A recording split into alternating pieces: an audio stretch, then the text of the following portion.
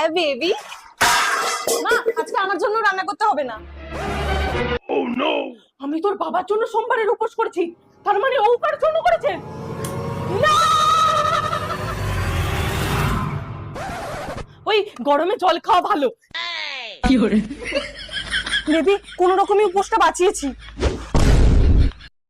আজকে বনির জন্মদিন, নিশ্চয়ই ওর বয়ফ্রেন্ড গিফট দিতে এসেছে। ওটা কে? আরে আমরা একসাথে পড়ি, সামনে পরীক্ষা না, তাই বই দিতে এসেছিল। हे प्रभु हे हरिनाम Krishna Thank you, baby. Premanand ये क्या নিশ্চয়ই নেশা ভান করছে। মা, পুজো দিচ্ছি। হ্যাঁ স্যার, পড়তে যায়নি? নিশ্চয়ই, তার মানে পার্কে গেছে। নেই। আরে মা, ক্লাস হয়নি, তাই বান্ধবীর বাড়িতে পড়তে এসেছি।